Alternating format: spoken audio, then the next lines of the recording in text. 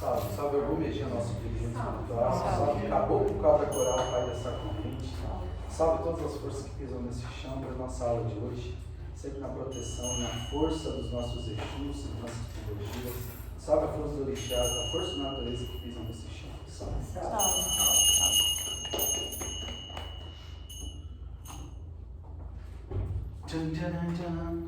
Hoje não tem música, né? Pô, que musicão da última aula, hein? Cara, aquela música é muito boa, né? Que eu mandei. Gente, tá todo mundo bem? Vamos estar só nós, né? Hoje. Só nós de casa. Tô mais tranquilo. Guilherme fazendo macumba? É isso? Já dá até pra fazer uma tira depois. Vamos lá? Ninguém me chamou, viu? Deixa eu pôr lá.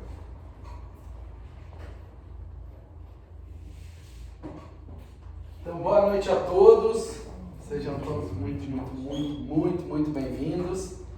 Estamos hoje na nossa terceira aula, né, da teologia de Umbanda. A gente livremente altera essa palavra, teologia, né, que é toda vez que você fala sobre religião, ou você explica sobre religião, você está falando de teologia.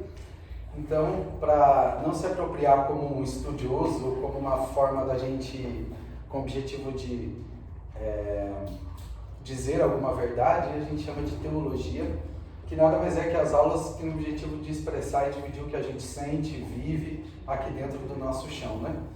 Então, estamos agora na nossa terceira aula e, como eu sempre lembro, o nosso objetivo aqui, né, esse texto, ele vai fazer parte de todo o material nosso, todo o material que a gente desenvolveu. É muito importante a gente ter isso na cabeça. Esse material ele não tem, né, o objetivo de relatar uma verdade absoluta sobre os fundamentos e práticas da religião de Umbanda brasileira, e sim relatar e compartilhar as práticas espirituais e vivências naturais e populares que acontecem dentro do terreiro de Umbanda Universalista de Curitiba, que chamamos carinhosamente de Teu. Então, até todas as aulas eu divido junto materiais complementares, né, que sejam materiais para ler, materiais para assistir, para ouvir, né, dentro lá do Drive, porque o objetivo é também ouvir outras opiniões, né? A gente, a partir do momento que a gente se propõe a estudar, o objetivo não é saber mais, né? O objetivo é entender que existem muitas formas de se enxergar a mesma coisa. E a principal sempre é a forma que a gente enxerga, né? Então, para esse ano, né, o nosso desafio com essa aula são os nossos 4 principais pilares, os 4 temas que a gente decidiu para dividir durante o ano. Então, serão 20 aulas divididas em 4 temas e 5 aulas para cada tema. A gente começou com o Ser Umbanda, o Ser Umbanda, depois a gente vai falar de chão de terreiro. Falar de chão de terreiro é falar das práticas no trabalho mesmo. O que é o cambone? Para que serve o couro? Os elementos, defuma no começo, não defuma? Qual a cor da vela? O orixá, a força, linha de preto velho, como é que é, né? Para que as linhas? Principalmente falar das nossas linhas e seus objetivos, né? Mas caboclo, por que a gente chama de caboclo de morro e não chama de malandro? Por que a gente chama de caboclo de pena? Caboclo de couro? Então a gente vai falar bastante disso nesse módulo chão de terreiro. Depois a gente vai entrar em orixás e 7 linhas da vida, que é um pouco de explicação da força da natureza, como que a Umbanda, né, sempre teve essa relação direta com a natureza. A gente fala que a maior antagonia, né, ou a maior diferença é a gente, né, se declarar umbandista e aceitar uma devastação numa floresta, né? A gente aceitar o lixo no chão, né? A gente não separar o lixo na nossa casa, a gente não fazer as coisas, é uma contradição, porque a gente acredita que, né, o equilíbrio vem dessa convivência com a natureza, e a gente expressa muito esses pontos, né, sobre orixás e as 7 linhas da vida e as 7 linhas que a gente decidiu para o nosso chão, né? Porque eu já falei, orixás não é 1, não é 2. Se a gente fala de divindade, né, Deus sempre no conceito infinito de Deus, então naturalmente os orixás também são infinitos nos seus números, né? Então a gente traz 7 aqui, mas cadê o orixá tal? Então a gente fala bastante disso. E a gente termina com firmezas, assentamentos e altar. Firmezas, assentamentos e altar é a prática, né, que a gente traz da Umbanda para a abertura da nossa vida. São práticas que, independente da gente pisar numa gira, independente da gente fazer parte de um terreiro, são práticas de quem acredita na Umbanda, né? São práticas que a gente faz na nossa casa, um altarzinho que a gente tem em casa, como é que a gente acende essa vela, sem conceito de certo e errado, mas como que a gente se conecta, né? Então, assentar uma força, firmar uma força, né? E como que a gente constrói um altar para as coisas que a gente acredita, a gente vai falar bastante nesse último módulo. Certo, pessoal? E aí o ser Umbanda, só para dividir um pouquinho dessa nossa caminhada, a gente vem, né, a gente começou a primeira aula falando muito do ser Umbanda como olhar a Umbanda com os olhos de um bandista. Eu acho que esse é o principal ponto. Né? A partir do momento que a gente vai falar hoje bastante no tema, mas a partir do momento que a gente acredita na Umbanda entre certo e errado, entre pecado e salvação, ou a gente acredita que o orixá não gosta disso, né? Que o orixá não gosta daquilo, a gente está olhando a Umbanda com outros olhos que não são de Umbanda. A gente está olhando através dos olhos católicos, a gente está olhando através dos olhos do candomblé, a gente está olhando através dos olhos de outras religiões, kardecismo, que influenciaram a Umbanda ou participaram dessa formação da Umbanda, com toda certeza participaram, mas não são Umbanda. Então a primeira aula que a gente fez foi muito para isso, foi para a gente buscar olhar a Umbanda com os olhos de um bandista, não é? Então isso é muito forte, é muito relevante, a gente entender que a Umbanda é o que nós somos, né? E não o que a gente pratica. Não é uma prática de uma religião, é uma religião que busca o caminho para que a gente encontre o que a gente é, né? Então o que a gente é Umbanda. E acredito que até quem teve segunda-feira aqui, Tranca-Rua, falou muito isso, né? Sobre como que é o ser Umbanda dentro de si, né? Como que é o ser Umbanda para a pessoa mais importante da nossa vida, que somos nós mesmos, né? E aí, sempre é muito bom deixar isso claro, né? Que sempre essa frase, e cada vez mais parece que essa frase eu falei para a Mariana essa semana. Em pesquisas que eu estava fazendo, ela apareceu de novo, né? O Leonardo Boff, para quem não conhece, foi um pensador muito conhecido. Ele foi, né, falando sobre religião, era o principal tema da vida dele, né? Ele estudou sobre religiões. Inclusive, ele chegou a ser excomungado da Igreja Católica na época pela forma que ele interpretava as religiões, porque ele sempre falava, né, que a vista de um ponto, todo ponto de vista é a vista de um ponto. Né? Então, isso, como eu falo, é sempre o que a gente pratica aqui dentro. E o ser Umbanda para a gente é o ser teu. É um pouco da prática que a gente fala de estar no terreiro, né? Ah, mas é obrigatório estar em toda a gira, como em toda a missa, como em todo culto, como em todo... Né? O que vai acontecer se eu não for? Né? Essa visão de temor à não frequência não existe dentro da Umbanda. Né? Não existe dentro da Umbanda que a gente acredita de... Ah, se eu não for na gira, vai acontecer tal coisa comigo, né? Se eu não for... O frequentar a gira é estar aqui porque a gente quer. E a gente tem que querer. Né? A gente tem que querer, a gente tem que estar aqui dispostos a compartilhar esse momento. Então isso é o ser teu. É a gente tomar iniciativa, seja nas atitudes mais simples, né? Como assumir o tambor, né? Que a gente falou hoje, assumir as marmitas, como as meninas estão fazendo muito bem. É assumir, entender que a nossa comunidade necessita daquele item naquele momento. Necessita de alguém que, cuide da assistência, de alguém que vá do lado do guia e se preste a auxiliar o guia, né? Então, assim, isso é ser, olhar aqui, um irmão aqui acabou de, está num transe aqui, sentiu o caboclo dele aqui, chega assim, meu pai, sua bênção, meu pai quer alguma coisa? Meu pai, seu filho já separou as coisinhas aqui para o senhor trabalhar? Sabe, assim, isso é ser o teu. Isso a gente está aqui compartilhando, a gente está aqui participando. Independente se não é uma pessoa, mas é que eu sou mais tímido, né? Tem muito essa confusão com a forma que a gente é, como personalidade, com a participação. São coisas completamente distintas. Pode ser uma pessoa que às vezes ela é mais contida, né? Uma pessoa ela é mais fechada, ela fala menos, mas ela participa da sua forma. A gente falou aquele dia a Patrícia que participa, né? Fazendo as bruxariazinhas dela, né? As macumbinhas, olha a forma, interfere em todo o trabalho. Porque a gente tem que pensar que o que a gente faz quando a gente está aqui interfere em todo o trabalho. Interfere em tudo. Você pode achar que você da tua casa vai ficar parado aqui, fazendo nada. O não fazer nada está influenciando no trabalho da mesma forma que se você estivesse fazendo tudo. Isso é ser teu. A gente falou bastante disso na primeira aula.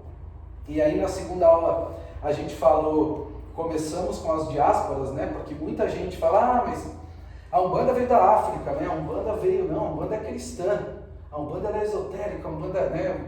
E as N classificações, né? Não, a Umbanda ela tem que ser nação, tem que honrar a vida da África. E eu concordo com tudo isso. Eu concordo que ela tem e é em vários lugares, né? Tudo isso, principalmente num país que a gente teve todas as influências que a gente já falou muitas vezes, né? Naturalmente a gente olhar, mas entender que hoje a Umbanda ela precisa da sua identidade. A Umbanda ela precisa ser brasileira, a Umbanda ela precisa ser o que ela é na nossa vida, o que ela é para as pessoas à nossa volta, né? Então ela que precisa ser Umbanda. Então a gente falou na última aula um pouco sobre a diáspora africana, né, sobre o momento, e eu falei isso e repito para quem for assistir a aula de novo. O objetivo não é dar uma aula, né, sobre a diáspora, enfim, com certeza posso ter falado alguma informação que não faz muito sentido, é muito aos olhos do que a gente aprende com os guias aqui e o que eu estudo, mas é todo esse movimento que aconteceu, né, durante, mais de 10 milhões, né, de pessoas que fizeram esse movimento para cá, e 70%, 60% pisaram em solo brasileiro, não tem como não influenciar, né?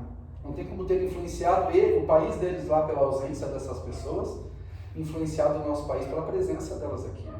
E todas as utilidades que elas foram, né, os objetivos delas estarem aqui. Então, isso é muito importante, está claro que naturalmente a cultura, independente de você falar assim, eu não sigo uma religião, ou como elas são classificadas, né, religiões de matrizes africanas, mas que você não siga, certeza absoluta que no seu dia a dia, seja na roupa que você veste, seja na língua que você fala, seja nas palavras que você usa, seja na forma que você convive com as pessoas, seja na forma, como a gente viu na última aula, que você dança quando você está feliz, você é influenciado. Então essa cultura está em tudo que a gente faz, né? Então, o nosso ponto de vista para a Umbanda, que ela não é África, mas ela tem África. Ela não é Europa, mas ela tem Europa, né, na sua prática. E ela é o quê? Ela é Brasil. Ela é uma religião brasileira, ela é uma religião de prática aqui, porque da forma que a gente faz, a forma que a gente explica um orixá aos nossos olhos, não é a mesma forma que uma pessoa de, como é que se diz? Uma pessoa de candomblé explica aos orixás. Não é a mesma forma que uma pessoa que veio da África para o Brasil explica o orixá. Então a gente explica o orixá da nossa forma. A palavra é de origem africana, com certeza. Como muitas palavras que a gente fala, ela é de origem latina, né? Ela é do latim, ou ela é das línguas francofônicas, ou ela é de origem de línguas nativas do inglês, né? Então, assim, naturalmente a gente usa palavras do dia a dia de várias origens. Então, isso é bem importante. E o tema de hoje, a gente vai falar um pouco de diáspora europeia. Por que eu não falei de religião, né? A gente falou de diáspora africana, porque a gente poderia falar,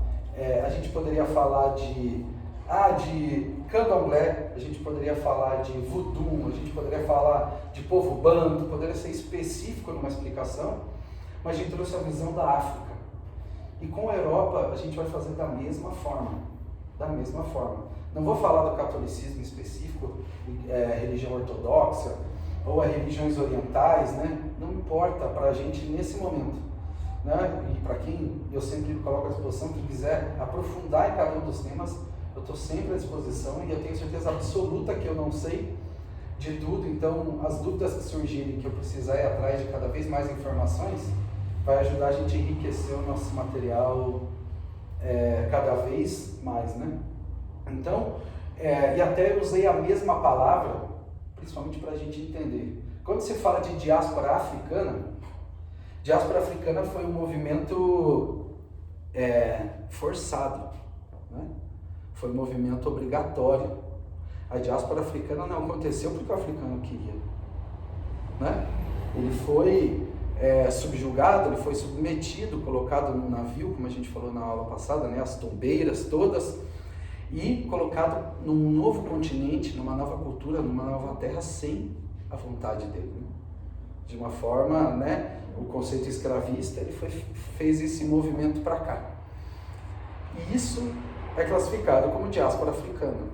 E quando a gente vai para a Europa, o conceito foi ao contrário. Porque como eu até falei na última aula, teve africanos que foram para o Oriente Médio para ser soldados de exército. Teve africanos que foram para outros lugares do mundo para serem outras coisas. Ele veio para cá para ser escravo, para trabalhar na lavoura, para trabalhar na mineração e tudo que a gente já falou. Então, esse movimento é chamado de diáspora. Os europeus, na diáspora, eles foram, muitos, quem sabe, conduzidos para cá, porque não tinha outro lugar para ir. Muitos vieram na promessa de terra, né? A Europa passava por um momento de escassez, uma transformação muito forte, né, social, né, ali há 500, 600 anos atrás, e naturalmente, né, o descobrimento de novas terras traz prosperidade. Até hoje a gente vê esse movimento, né? Quando a gente vai para o Mato Grosso, lá que tem uma cidade chamada Sinop, Sinop é uma cidade formada pelas pessoas aqui do Paraná, pessoas formadas do Rio Grande do Sul. Então são pessoas que saíram da sua terra por busca de oportunidade e foram tentar a vida em outras terras, né? Quantas pessoas fazem isso até hoje, né? Diásporas aí para a Europa, para os Estados Unidos em busca de uma vida melhor. Os europeus fizeram esse movimento da Europa para cá com o mesmo objetivo. Né? A diferença, eu estou falando da população europeia, né? A diferença é que era na promessa pelos próprios líderes europeus, de uma terra igual à Europa. Eles queriam trazer para cá a mesma cultura, a mesma religião, a mesma forma de ver o mundo, né? Era transformar como se fosse uma filial, né?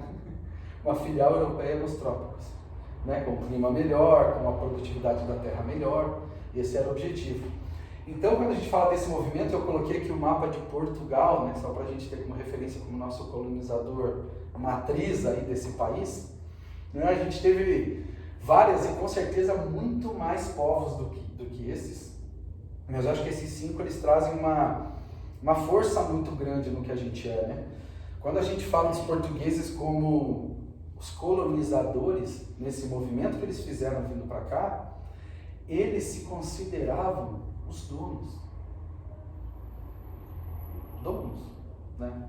Essa terra ela é minha, né? Tratado de Tordesilhas, divide com a Espanha, essa terra aqui ela é minha. Qual é a diferença, né, dos africanos que vieram para cá, né? Será que eles chegaram e falaram que essa terra é minha? Né? Com saudade da sua terra? Então esse conceito tão simples, ele vai influenciar em tudo que a gente vai falar sobre religião. A partir do momento que você acredita que aquele lugar novo que você está indo ele é seu, você quer que ele se comporte, você quer que ele seja igual ao lugar que você veio. Então tudo que é diferente, você não quer, né? Não, mas lá não é assim. Portugal não é assim. Mas, felizmente, com certeza, eles não encontraram a mesma coisa aqui, né? Seja através das pessoas, seja através das pessoas que estavam aqui, seja através da cultura, do lugar que eles desconheciam totalmente, né? Um lugar novo. O que eles sabiam que tinha uma habilidade na Europa de fazer, aqui não servia para nada. Clima diferente, tudo. Então eles se viram também numa situação de novidade sem querer, né? Sem querer.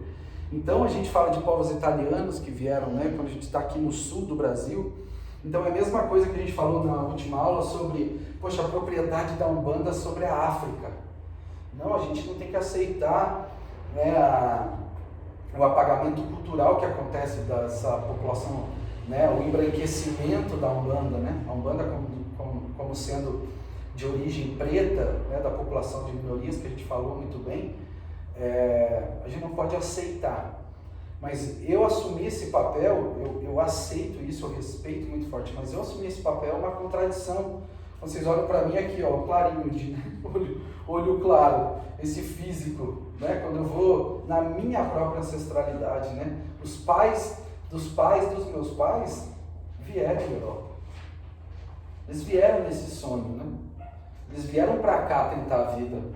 E não tem como eu falar que a Umbanda é o culto à ancestralidade e eu simplesmente ignorar essa minha origem. Eu simplesmente falar porque eu mudei a minha religião, eu vou olhar a minha ancestralidade de uma outra forma. E com certeza eu tenho, né, o meu avô que não é europeu, brasileiro matuto, né, que também está aqui correndo nas minhas veias, né, também faz parte do que eu sou. Então respeitar as nossas origens eu acho o principal motivo. E com certeza aqui o nosso objetivo não é julgar, né? Com certeza pode ser tema de uma outra aula, pode ser tema de um outro momento, não é fugir dessa conversa, eu acho que tem que ter sempre essa conversa de apropriação cultural principalmente, mas hoje o objetivo é muito mais a gente entender como essas origens pisam com a gente aqui dentro do chão de terreiro, né? Então a gente fala de Itália, como eu falei, a gente fala de Espanha, fala de Portugal, né? Como eu falei, Alemanha, Holanda, né? Quando a gente fala de uma linha, né, de ciganos que vem lá do Oriente carregando um pouquinho de cada cultura dessa, né, pisa no nosso chão, essa caminhada toda, quando a gente vira para alguém e fala, se orienta aí, quando a gente fala se orienta, a gente já está falando para ele, olhe para o Oriente. O que vem do Oriente?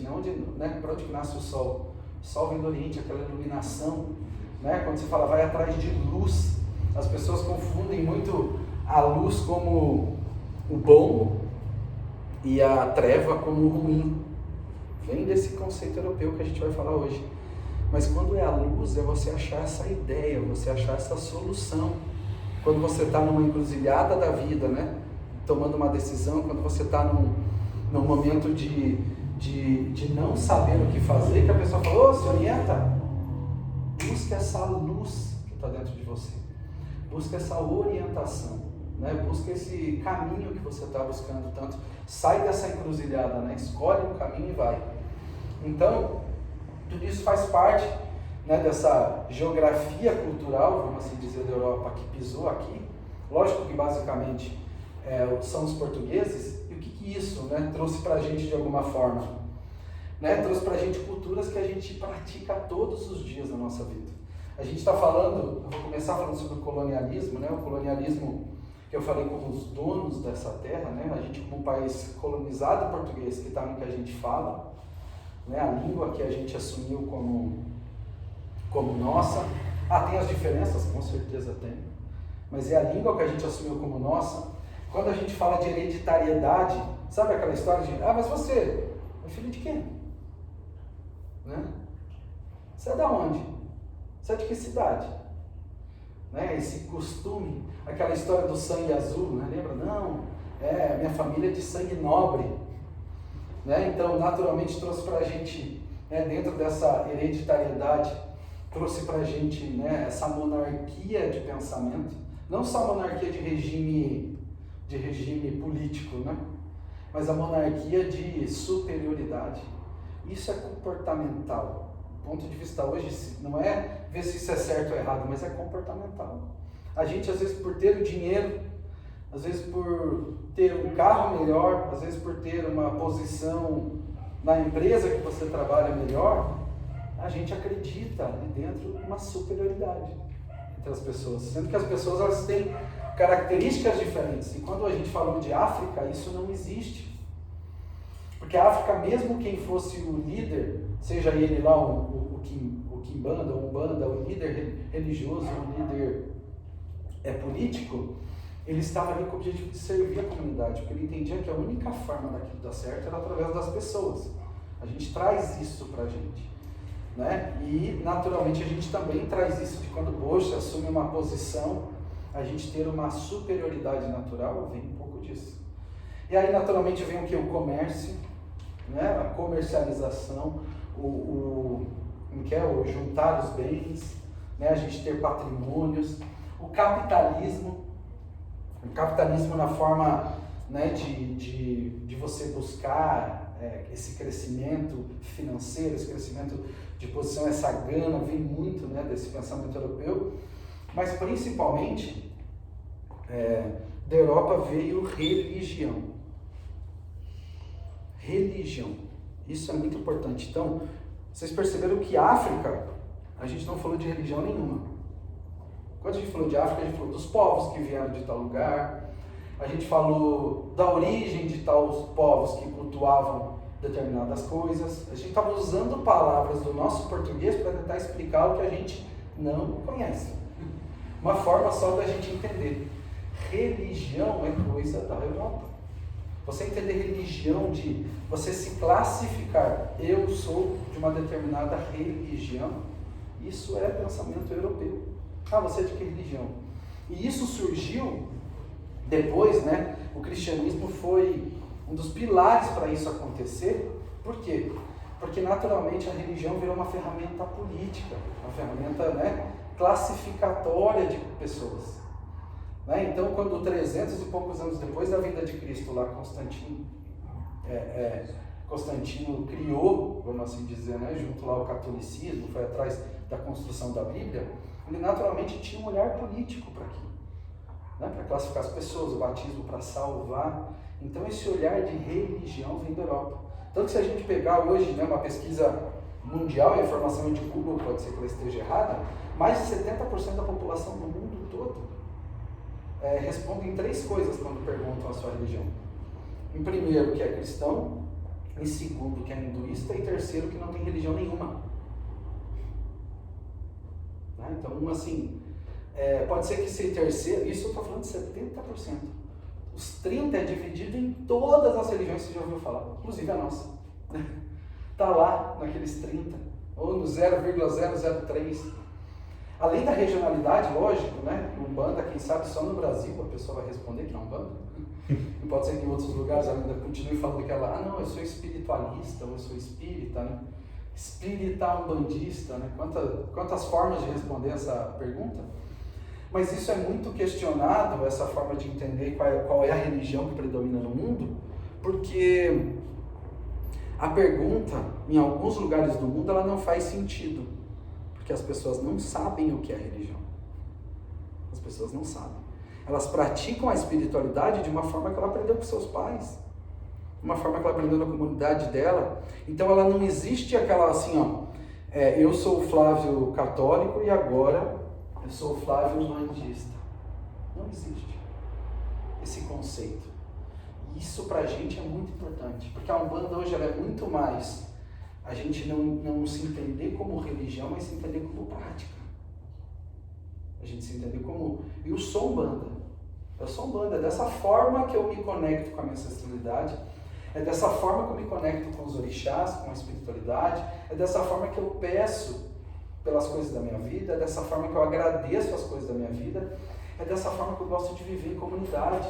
É dessa forma que eu gosto de sair da minha casa e vir aqui um sábado e ficar tocando atabaque. Dessa forma que eu gosto de vir aqui é ajudar a comunidade, servir. É dessa forma que eu sou.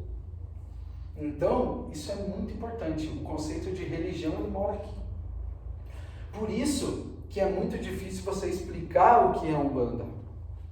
O candomblé brasileiro, né? O candomblé de nação, uma religião maravilhosa, ela ganhou muita força e ela tem essa força porque ela conseguiu, de alguma forma, ela consegue cada dia pegar conceitos de tudo isso que a gente viu de África, da forma que cada um enxerga lá, né, os 3 tipos de candomblé que a gente falou na última aula, mas ele vai lá e conceitua como uma religião, para que aos olhos europeus eles entendam que aquilo é uma religião.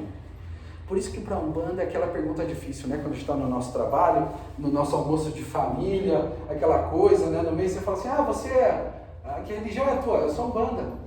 Como é que é? Então, tem que ir lá para ver. Exatamente. Tem que ir lá para ver. Melhor coisa, eu não consigo explicar direito, entendeu? Assim, peraí, tem que, esse é o celular do Flávio. Passa a bola. Manda uma mensagem para ele, que eu acho que ele vai conseguir explicar um pouco melhor. E o não explicar não está errado. Porque se a gente quer falar o que é Umbanda, a gente vai falar assim, Umbanda, o que é Umbanda para mim? Umbanda para mim ela é cura.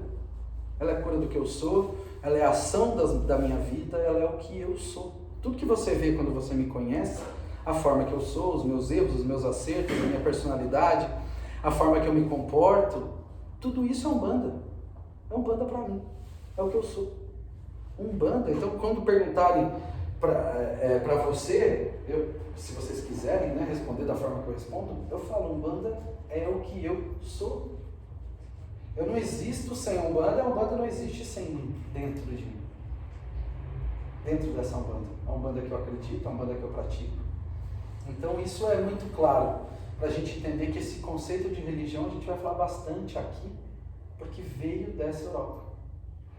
Então é mais uma parte, mais uma forma da gente tentar, né, olhar a Umbanda com olhos de umbandista e não através de outras religiões que a gente já conheceu, respeita, admira, né, tem a nossa família, ou a gente viveu nisso, né, trouxe muita coisa boa para a nossa vida, não tem como a gente virar as costas para quem teve essa formação, né. Então, a palavra da vez é religião. Quando se fala de Europa dentro do chão de terreiro, é religião. É o conceito de religião que traz para dentro do chão. Religião, na definição da palavra, várias, né? Mas uma que eu acredito bastante, que ela é a religação, né? De religarem. É como se você tivesse ligado na divindade e você precisasse se religar. Por causa da vida, por causa das suas consequências, decisões, você se desconectou de alguma forma da divindade, você está se sentindo perdido, você está sem rumo, você está sem nada, né, que você acredite. Então, naturalmente, vem uma religião e te reconecta a uma divindade, para que você se sinta bem, para que você tenha quem admirar, para que você tenha uma referência. Então, assim, nesse conceito de religião, mais do que muita gente às vezes trata, né, porque a gente convive hoje, por exemplo, numa evolução muito forte do próprio, né, os pentecostais, neopentecostais, protestantes aqui de uma forma, né, grande, está presente na TV, está presente na rádio, está presente, né, nas mídias. Então, naturalmente, quem não é, olha até com um olhar pejorativo, né? Os crentes, os evangélicos, sai de perto, os evangélicos, né? Parece que é uma doença que você vai pegar. Então, assim, isso carrega também um olhar pejorativo à palavra religião, né? Como isso é tão forte que tem pessoas que vêm aqui no terreiro de Umbanda, pessoas que frequentam a nossa corrente, pessoas que frequentam a nossa assistência. Nossa, eu amo estar aqui nesse lugar, eu amo não sei o que, que pena que eu só não tenho tempo, que eu queria tanto entrar na corrente, eu só não tenho, eu não queria assumir essa responsabilidade de ser dessa religião. E a pessoa está aqui toda terça, todo sábado, vem aqui, vem na marmita, bater a panela junto, né? Mas assim, ainda ela associa que ela vir para dentro do chão do terreiro, ela assumir uma responsabilidade de religião e fala assim, agora pronto.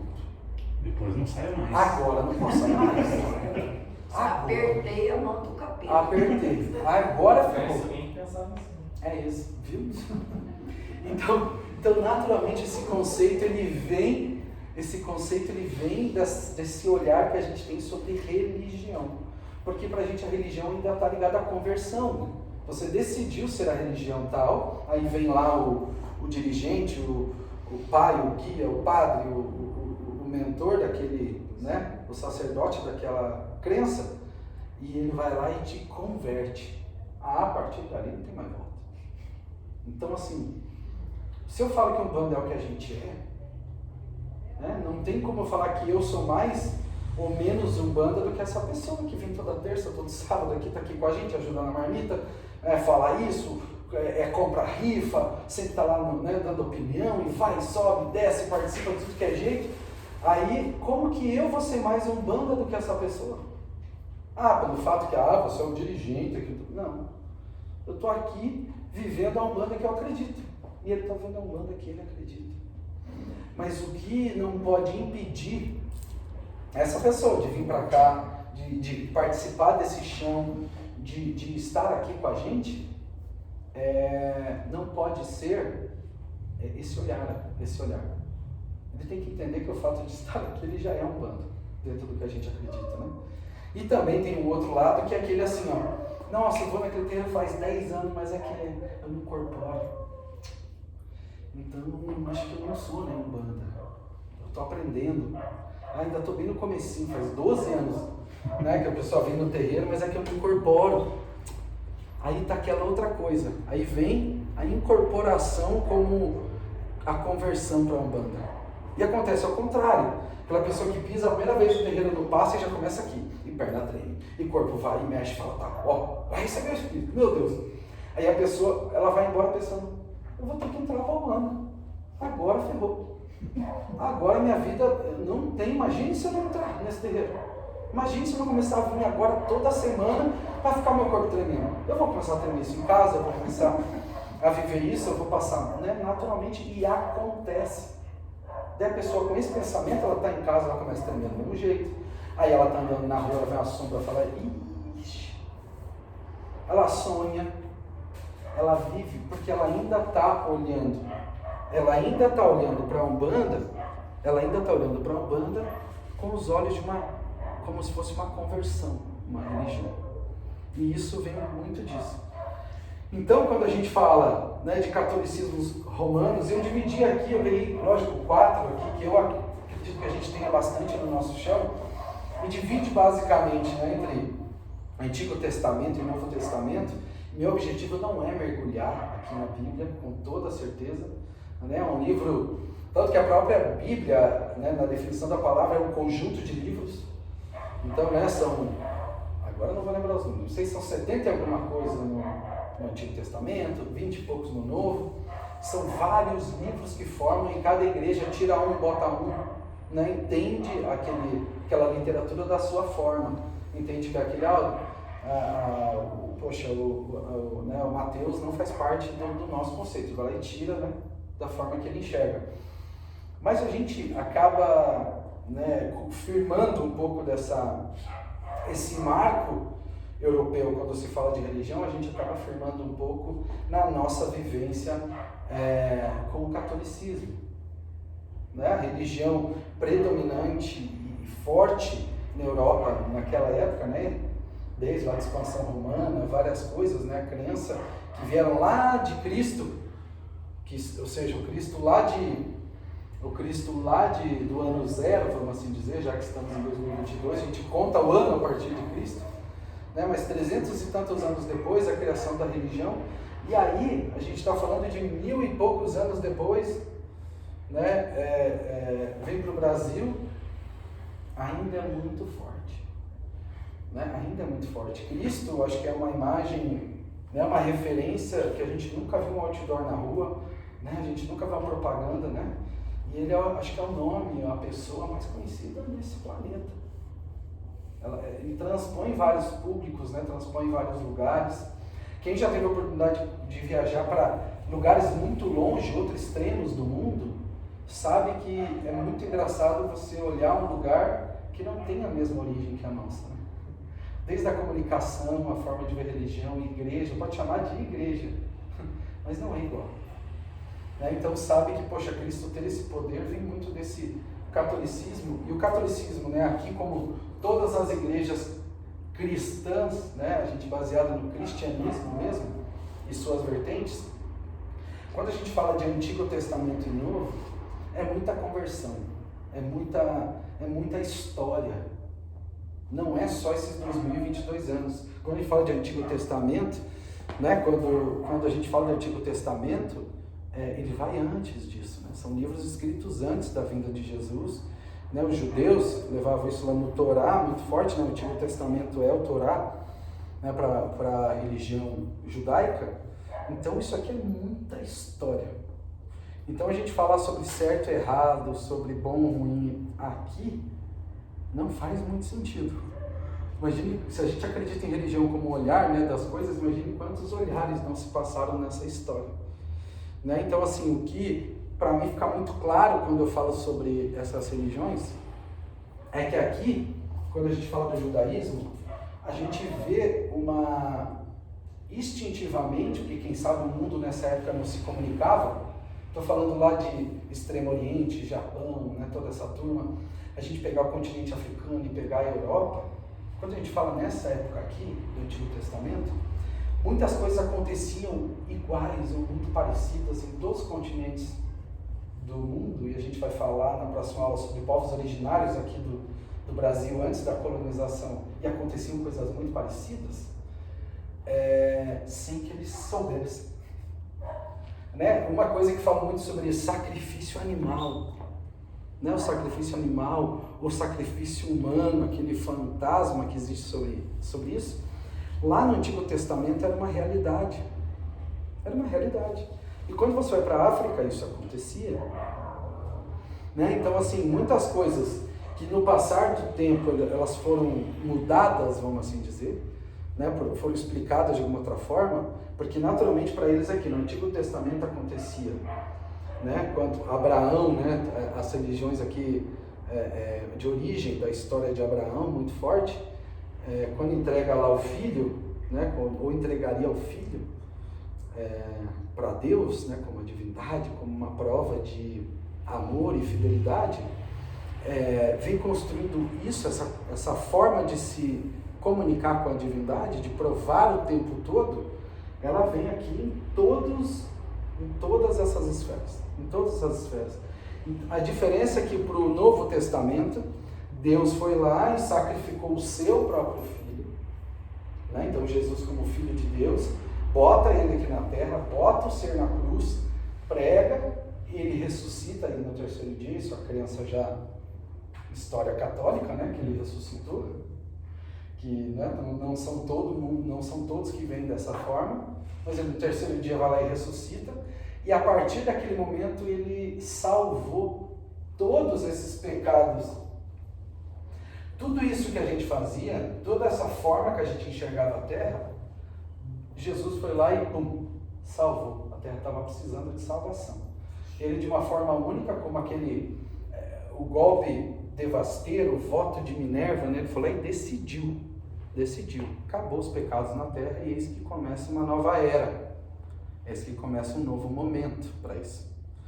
Então, assim, e aí, naturalmente, a gente vai aqui se construindo, né? Quando a gente vai para os protestantes, aqui é basicamente o Novo Testamento. Aí a gente pega os ortodoxos. Por que todo mundo fala, isso aqui tem que ser bem ortodoxo, né?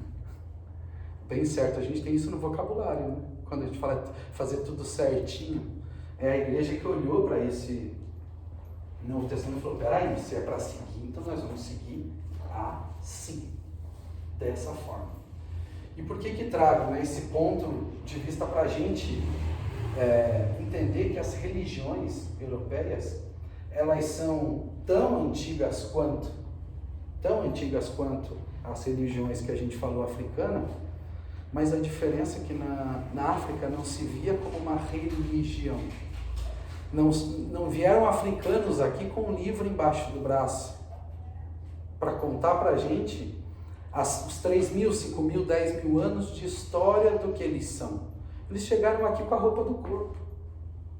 O que eles eram, eles fizeram, né? O que eles eram, a gente aprendeu na forma que eles viviam. O que eles eram, a gente aprendeu no que eles falavam, na forma que eles viam a religião. Então, essa diferença, se for para registrar alguma coisa desse tema, é justamente isso. Eu olhar para o que é religião, a gente tem muito forte ainda o europeu por causa disso.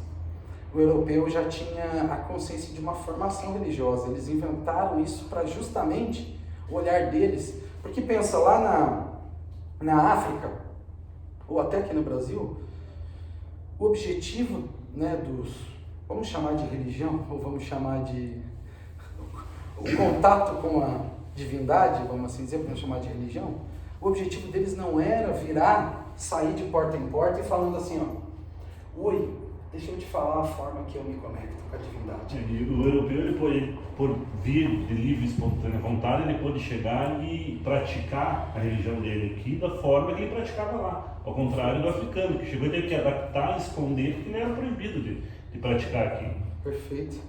E mais até do que isso, a religião, justamente, para eles poderem vir de lá, e eles sabendo que aqui no meio tem só europeus, né? Sim.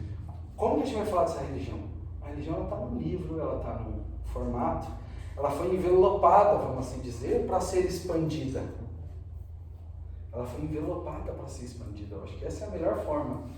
Então, assim, por isso que naturalmente a gente ainda tem muita coisa das religiões europeias, não só por culpa delas ou por culpa nossa, ou que se houvesse culpados. Ai, mas é que eu sou umbanda, mas eu me sinto tanto, às vezes, nossa, igreja me faz bem, né? Nossa, e às vezes eu fico com medo dos Exus, às vezes eu fico com medo de ser, né? A gente ainda tem esse pensamento, mas é porque naturalmente a estrutura veio muito disso. Que está nos colégios, né? Está na política, está em tantos lugares além de um chão de terreiro. Tem pessoas que são, né? Por que a gente escuta a resposta, eu sou católico não praticante? Porque a pessoa não pisa numa igreja há 20 anos e ela ainda se sente católica. Porque ela vê catolicismo em tudo. Ela vê quantas igrejas no caminho da casa dela do trabalho, ela fala, ai meu Deus, quando acontece uma coisa, ai Jesus me salva, ela reza o Pai Nosso, né? Ela reza o Pai Nosso. Então isso faz parte. A gente, e lógico que o objetivo aqui não é dizer se é certo ou errado, mas entender, ter a consciência que isso faz parte do que a gente é, e tem que ser mais uma caixinha, vamos assim dizer, nessa nossa construção. E aí, trazendo para o nosso chão aqui de Umbanda, né, quando a gente olha para essa figura chamada Jesus Cristo, né? Quando a gente olha para essa figura que, poxa, já foi questionada, interpretada de tantas formas, a gente vê ele ali de braços abertos, chama ele de Oxalá, né? A gente faz esse sincretismo, sendo que não tem nada a ver, a gente sabe que não tem, mas a gente acaba fazendo. Quando a gente fala dele, quando a gente, poxa, reza, a gente sente, né, uma presença. Quando a gente abre linha de preto velho, que você vê o pretinho velho falando, meu filho, Jesus Cristo te abençoe, fala naquela simplicidade, naquela conversão, né, que lógico, tem todo esse motivo da colonização para os escravos, né, para essa linha que o preto velho representa se manifestar dessa forma, mas é algo que traz conforto para a gente, né? É algo que traz conforto para a gente.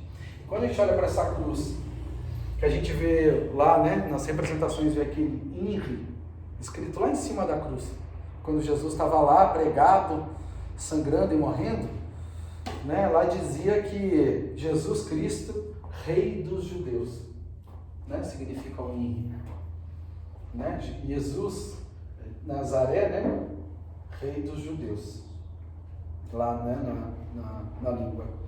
E quando o que isso quer dizer para a gente quando fala de Umbanda? Ali eles estavam classificando uma liberdade que Jesus praticava que não era condizente com o que acontecia ali. Esses dias a gente estava conversando sobre isso, né? Que tem gente que enxerga Jesus muito mais em sincretismo com o Exu do que com o Oxalá. Porque Exu ele foi movimentador, ele foi questionador, ele afrontou muita coisa, ele trouxe uma novidade, uma forma de pensar completamente diferente do que as pessoas pensavam naquela época. Ele fazia as pessoas saírem da sua inércia para se movimentar. Então essa figura, independente disso, ele traz uma coisa muito forte em meio em todas as religiões, e ele é o maior símbolo dessas religiões que a gente acabou de falar, que são envelopadas, são formatadas, são ortodoxas, fala de Antigo, de Novo Testamento, tem tanto conteúdo para dizer o que se deve ou não se deve fazer, e sendo que da boca dele não saiu nada. Né? Da boca dele não saiu nada do que está escrito lá. Pode contar a história dele, quantas interpretações, imagine um livro que foi traduzido durante 3.000 anos, sei lá quantos mil anos, em tantas línguas diferentes, para achar uma palavra naquela língua seguinte que você queria traduzir, né? Esses dias, eu acho que quem falou sobre isso, acho que foi o Trancarro, falou sobre quando Jesus falou para Pedro, né, se ele se ele considerava, né, o Jesus como um irmão, em português fica repetidamente 3 vezes ele falando, né? Não negar Jesus. Mas dentro de outras línguas são 3 palavras diferentes que significam irmãos de sangue, significam irmãos de amizade e significa o amor de divindade. Existem palavras diferentes. Então quando Jesus perguntava para ele, você me ama? Ele falava, amo, mestre. Mas se me ama, né? Ele usava palavras diferentes que significavam coisas diferentes. Então, só para dizer um pouco, imagine quanto essa Bíblia ela foi traduzida para chegar no que é hoje. E não desmerecendo o que ela significa. Mas, naturalmente, quando a gente olha para essas religiões, o que a gente tem que trazer no nosso chão de Umbanda, que é a forma que a gente vai enxergar hoje, não é virando as costas para o que a gente viveu, como eu falei, não tem como falar, não, a Umbanda é só oriunda da África. A Umbanda é só de povos originários aqui do Brasil e não tem nada da Europa. Não faz sentido, né? Nós somos. Então, se a gente acredita na Umbanda que vem de dentro para fora, não tem como não ver isso. Mas esse cara, vamos assim dizer, né, com a liberdade de chamar esse cidadão do mundo chamado Jesus, ele foi classificado como um rei que ele nunca foi. Né? Então, assim, o grande ponto da Europa foi classificar as pessoas. E a partir do momento que ele não representava aquilo que eles mesmos queriam que ele fosse, foi para a cruz mesmo, ele era morto. Tribunal de Inquisição, né? Tantos momentos da história que o caminho era matar. E quantas pessoas se revolucionaram mesmo assim, quantas pessoas brigaram para que a gente tivesse na liberdade que a gente vive hoje.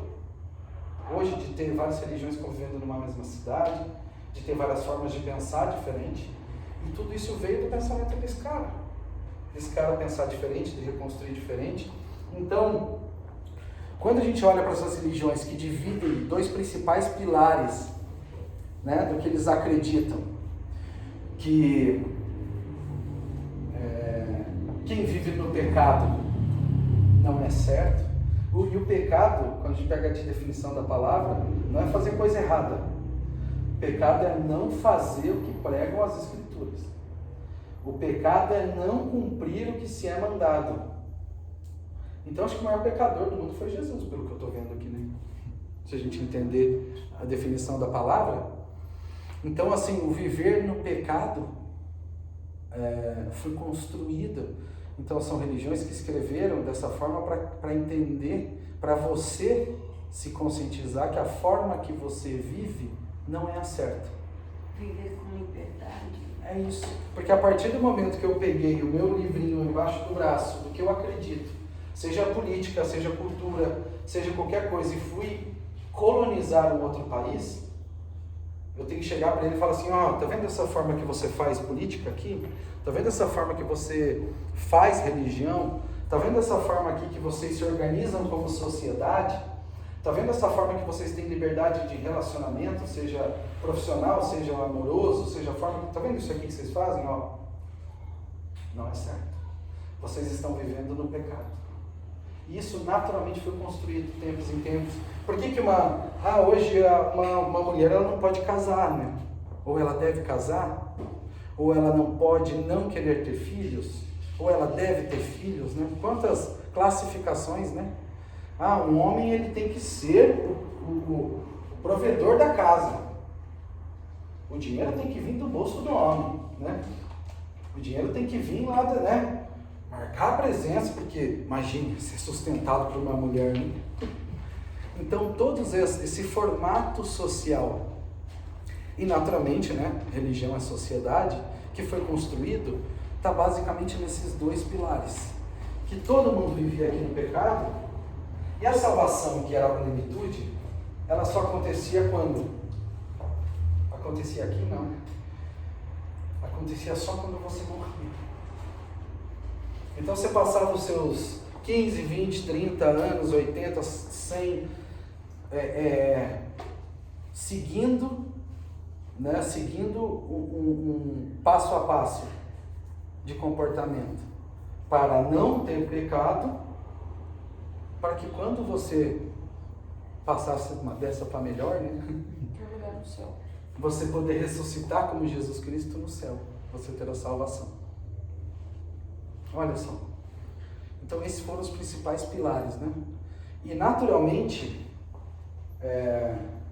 já imaginaram, para quem vivia naquela época, lógico que a gente acho que não consegue nem imaginar, mas condições sociais, características, né, de você andar na rua, fala qualquer coisa era morto, né, era hostil, né, era um espaço hostil, uma sociedade muito complicada, uma sociedade onde, né, interesse, roubo, morte, muita coisa fazia parte daquela sociedade.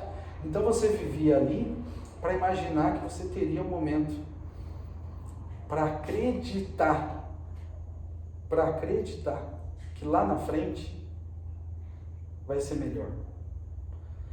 Então, o que muitas dessas religiões trazem para a gente aqui dentro do nosso chão de Umbanda não é pecado, não é salvação, mas é uma coisa chamada fé. Ah, mas o que poxa, dessa aula inteira, então, sobre a Europa, o que traz para o nosso chão? É a fé. É a fé que não existe quando se fala em muitas forças africanas, que a gente fala, assim foi. Não. A Umbanda faz com que a gente chegue nesse terreiro, muitas vezes, nada bem. Que a gente chegue nesse terreiro confuso, que a gente chegue nesse terreiro faltando as coisas. É a fé da gente descer um amalá para Ogum e falar assim: meu pai, você vai me dar um emprego, meu pai. Eu acredito nisso. É você ter a fé que tem alguém aqui na frente falando diferente, com uma roupa diferente, e ele está num transe e que ali vai vir uma mensagem que vai te fazer bem. Vai vir um movimento que vai te transformar numa pessoa melhor. Então, quando a gente fala dos nossos dois pilares dentro do teu, que é da onde vem a nossa cura, né? Que a gente fala que é a fé e a ação. Quando a gente fala de ação, a gente traz muito isso de África. A ação é a nossa gira, a ação é o movimento do corpo, é a gira dos orixás que a gente fez. É voltar para casa e ficar a semana inteira no grupo do WhatsApp falando que dor nas minhas pernas, nas minhas costas. Meu Deus, não estou me aguentando aqui porque foi uma gira que meu corpo se movimentava sozinho. Essa é a forma.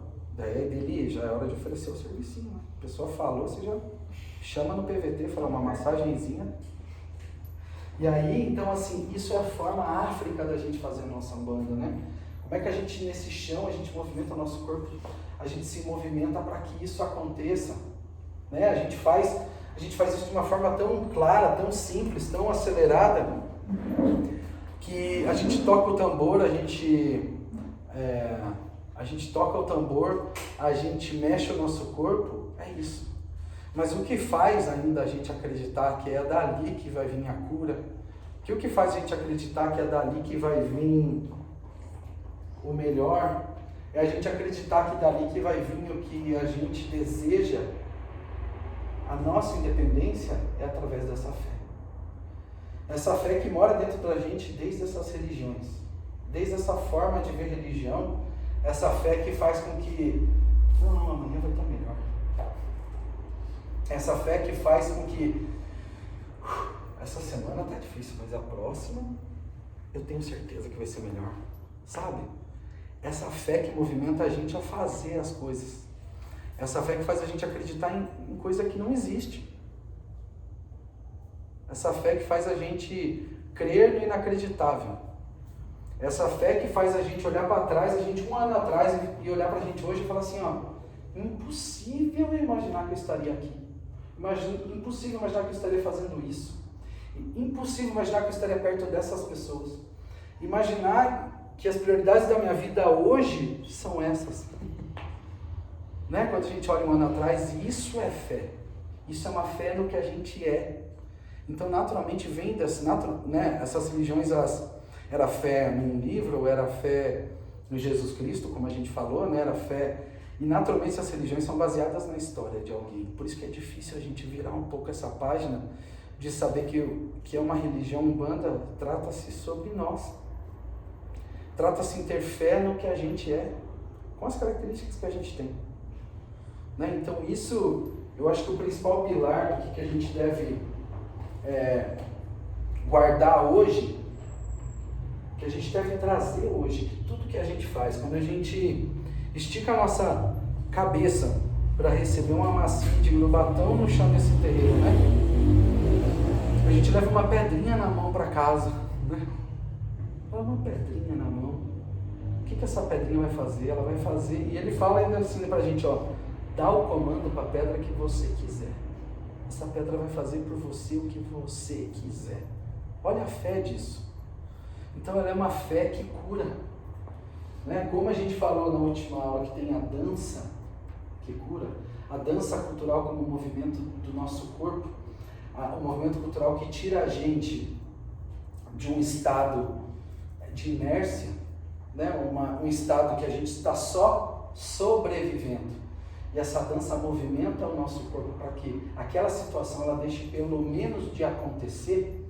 Então, se a gente pensar nessas 3 aulas, é a dança curando o nosso corpo para que ele não fique parado, para que a gente se movimente. E a partir do momento que a gente se movimentou, vem a fé fazendo com que esse movimento seja sempre para melhor. Seja sempre para que a gente substitua a pessoa que a gente é hoje, amanhã, por uma pessoa um pouco melhor. Sem deixar de ser quem a gente é. Seja através de um aprendizado, seja através de uma palavra, seja através de um compartilhamento, seja através de escutar alguém. É uma fé que a gente vê as coisas antes delas acontecerem. É a fé de ter a certeza que a gente vai conseguir fazer 150 marmitas hoje, né? Multiplicação do arroz, não é? Vocês falam? Não, mas eu botei exatamente para 120. De repente brota 150 marmitas. Né? A fé que faz com que a gente, aquele dia que a gente saiu de casa, falando assim, nossa, hoje tem gira. Eu vou, né? Porque se eu não for, vai cair meu braço. Eu vou, porque se eu não for, né, hoje. E aí você vem, e para você, pode ser que para todo mundo aquela gira foi mais uma gira. Mas alguma coisa dentro de você, uma palavra que você ouviu, um movimento que você viu, um ponto, um paô que você bateu no roncó, um paô que você bateu na tranqueira, uma vela que você acendeu depois do teu banho de erva para pedir proteção e força para o trabalho, transformou e fez com que você acreditasse que aquela gira foi e poderia ser a melhor gira da tua vida, e ela foi. Então essa fé que cura os ciclos de pensamento ruim, essa fé que cura a saída de uma rotina que a gente acha que não consegue se libertar, é essa fé que acreditar que amanhã vai ser melhor.